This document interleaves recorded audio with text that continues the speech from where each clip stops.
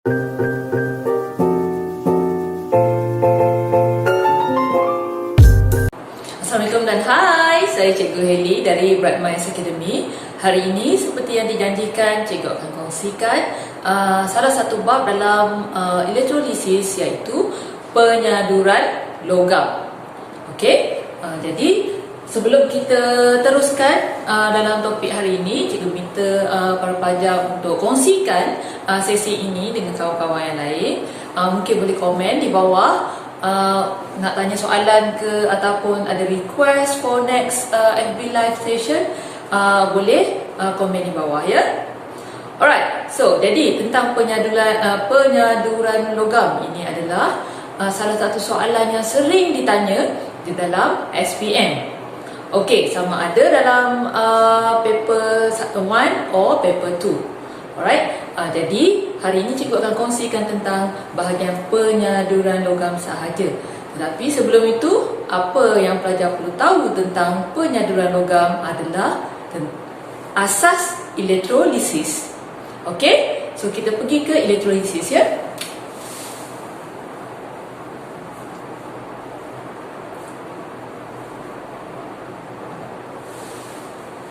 Okey, sekiranya suara cikgu kurang jelas ke ataupun tulisan cikgu tak nampak ke, boleh komen di bawah ya. Okey, kita pergi ke elektrolisis. Mungkin cikgu besarkan sikit tulisan cikgu.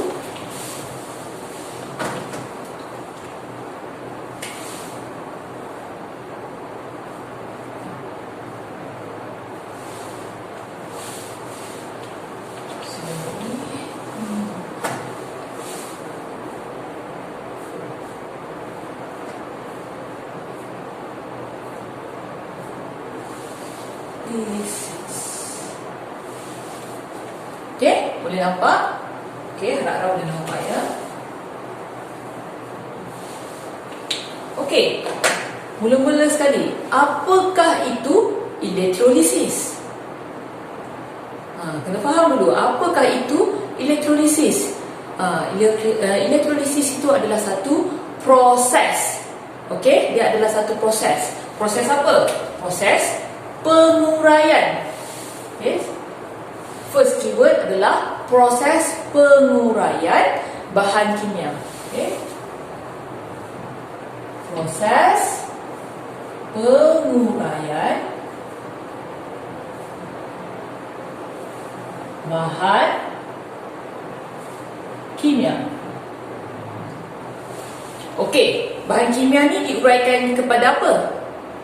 Okey, kepada unsur-unsurnya. Okey, kepada unsur-unsur.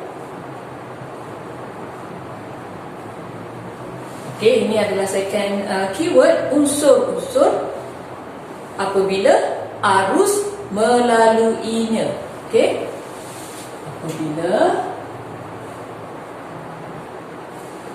arus melalui leburannya, sorry ya. Okey, kita ulang. Okey, apakah itu elektrolisis? Elektrolisis adalah proses penguraian bahan kimia kepada unsur-unsur apabila arus melalui leburannya. Okey, so keyword yang pertama adalah proses penguraian. Keyword yang kedua adalah penguraian bahan kimia, kepada unsur-unsur apabila arus melalui leburannya. Okey, keyword yang ketiga. Jadi sekiranya pelajar perlu memberikan definisi, memberikan definisi, jadi pelajar perlu ada ketiga-tiga poin ini. Okey, untuk definisi elektrolisis. Alright? Okey, and then apa yang jadi? Apa jadi pada dalam proses ni? Okey, dalam proses ini tenaga kepada tenaga apa?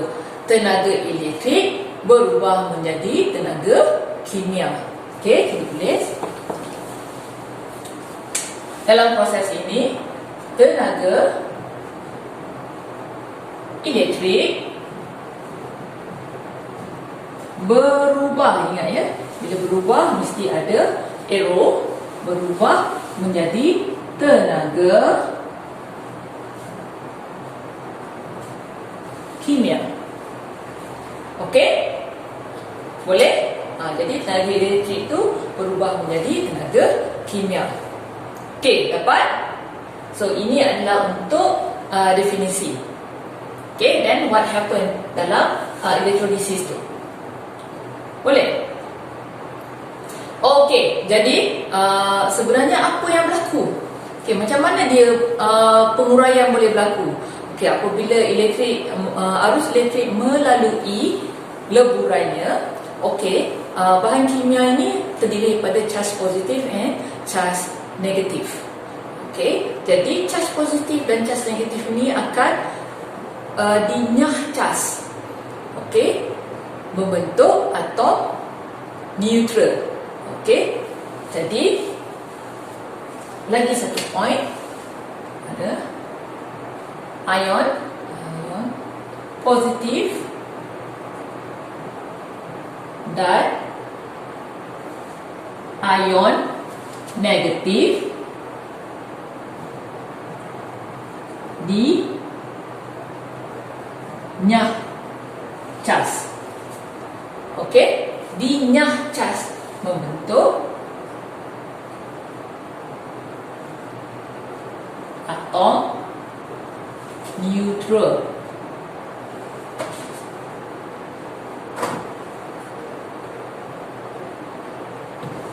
Okey, dinyah charge membentuk ion neutral. Boleh? Okey, so ini adalah basic knowledge, pengetahuan asas yang pelajar perlu tahu tentang electrolysis. Okey, dapat? Okey, sekarang kita akan pergi ke bagaimana proses ini berlaku. Alright?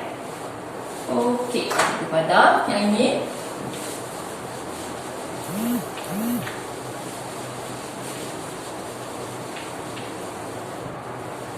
Okey,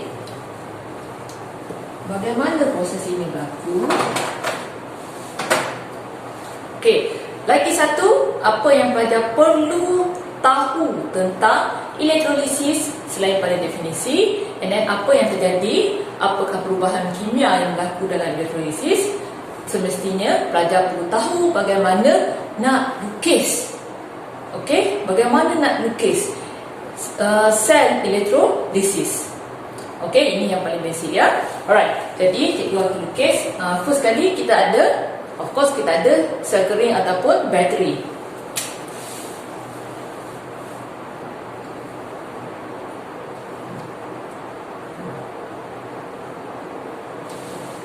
Okey, ingat mesti ada panjang pendek, panjang pendek. Alright, and then kita ada wayar penyambung. Kemudian bawa ke bawah kita akan ada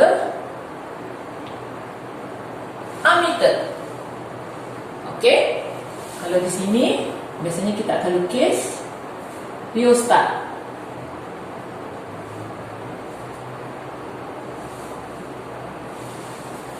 Okay, and then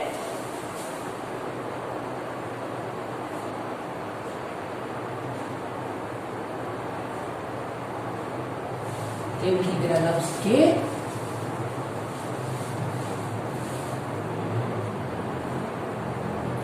Alright, pastikan lebih kurang sama ya, sama dia punya paras dia. Cikgu sangat galakkan kalau pelajar boleh lukis menggunakan pembaris. Okey, supaya lebih kemas. Alright. Kemudian ada apa?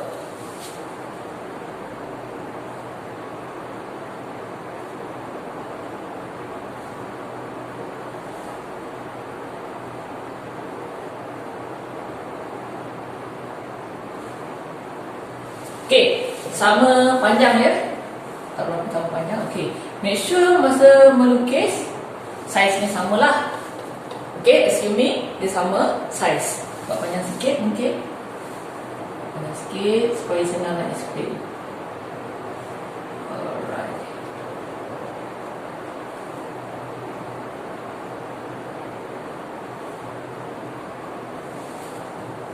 Okey, boleh ya? Okey, kemudian ada apa? Tentu ada bekas ataupun beaker yang besar.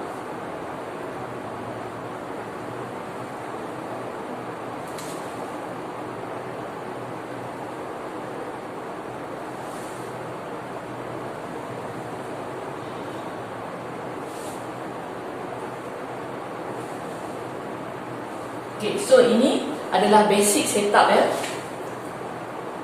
And then mesti ada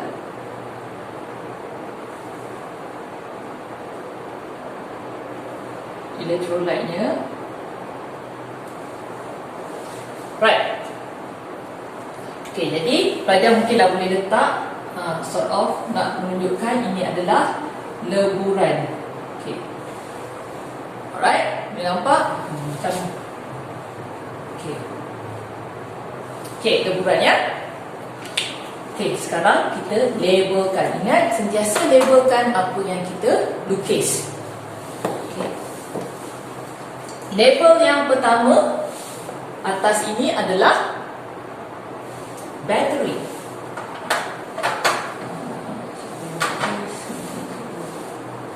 Ini adalah battery ataupun sel kering. Okey, ini adalah rheostat.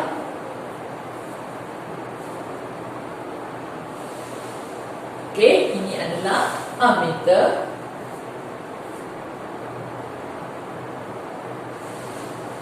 Okey, and then ini adalah electrode. Okey, ini adalah electrode.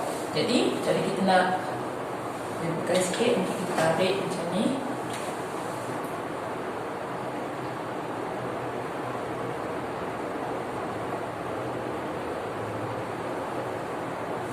Kurang macam tu ya. Electrode.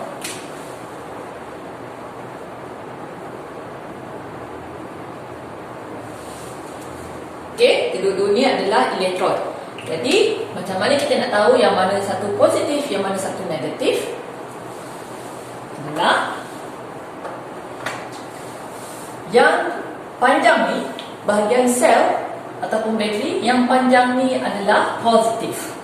Kita panggil anode. Okey, yang panjang ni adalah positif, kita panggil anode. Okey, kita labelkan. Ini adalah positif. Anode positif. Okey, dan ini adalah katot. Mungkin cikgu tulis atas sikit. Anode positif, katot negatif. Okey, boleh nampak? Cara nak ingat, cikgu selalu guna cara ni daripada dulu lagi, daripada zaman sekolah lagi. Cikgu cara nak ingat yang bahagian pendek. Biasanya kalau pendek kita panggil katot kan. Katot. Okay, so katot sounds like katot. Jadi dia pendek, dia adalah negatif. Okay, lagi satu cara. Bahagian positif ni, positif kan dia ada dua. Ini. Lebih panjang lah. Okay, berbanding yang ni. Kalau kita asingkan dia jadi lagi panjang berbanding dengan negatif. Negatif dia ada satu, pendek. Itu pun salah satu cara untuk ingat. Alright. Okay, and then apa yang terjadi dalam elektrolit? Okay, sorry, cikgu tertinggal satu label. Elektrolit. Elektrolit adalah yang ini, leburan ini. Okey? Okey, jadi apa yang berlaku? Tadi cikgu kata dah ada nyah cas. Okey, nyah cas berlaku. Jadi, ingat cas positif dengan negatif. Apabila berlawanan ataupun tidak sama, akan tertarik antara satu sama lain. Alright, di sini dah ada positif. Leburan ini ada charge positif dan negatif. Charge positif kita panggil apa? Cation ion. Charge positif Charge positif kita panggil cation ion. Mungkin saya tuliskan kat sini. Positif cation ion. Okey, dan di sini negatif kita panggil anion. Anion adalah negatif. Okey, kita panggil anion negatif. Charge negatif akan tertarik pada anod, sebab tu dipanggil N. Dan positif tertarik pada katot, sebab tu dipanggil cat. Nampak? Jadi semua yang negatif dia akan tertarik ke sini. Dia pergi di sekeliling ni. Okey, anion. Semua anion akan pergi ke sini dan cation akan pergi ke cathode. Jadi leburan ini yang asalnya ada charge ion positif dan ion negatif, dia akan terpisah. Jadi akan membentuk ion yang atom yang neutral. Okey? Boleh? Okey, jadi ini adalah asas. Ingat, anion kenapa dipanggil anion? Dia adalah negatif, akan tertarik pada anod yang positif. Okey, dan cation yang positif akan tertarik pada cathode yang negatif. Okey, jadi ini berlakulah nyah charge. Okey, contoh anion ataupun ion negatif yang ternyah charge, contoh adalah ion fluorida. Ini adalah contoh negatif ion negatif. Dia akan ternyah charge, membentuk gas klorin.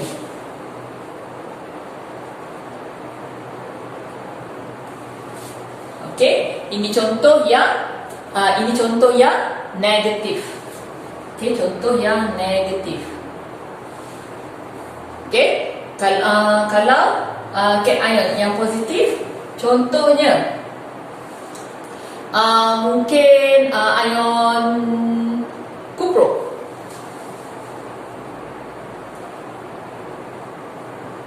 Kuprum 2. Kita biasa guna kuprum 2. Okey, and then ternyah charge akan membentuk kuprum.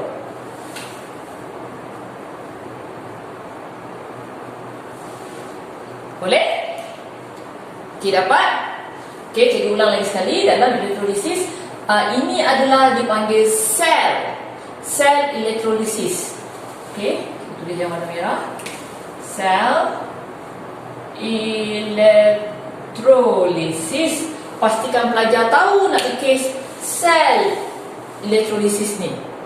Okey, dan labelkan setiap satu. Okey, pastikan ada elektrolit, elektrod. Okey, dan kedudukan anod dan katot. Macam mana nak ingat? Yang panjang anod positif, yang pendek katot negatif. And then dalam elektrolit ni dia ada charge positif dan charge negatif.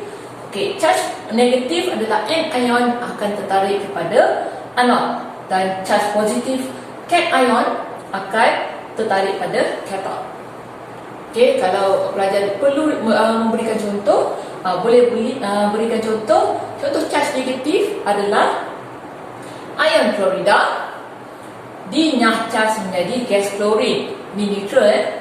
And then ion kuprum 2 dinyah charge menjadi kuprum. Right? Okey, jadi cikgu akan sambungkan sesi penerangan tentang penyaduran logam dalam grup FB group VC SPM. Okey?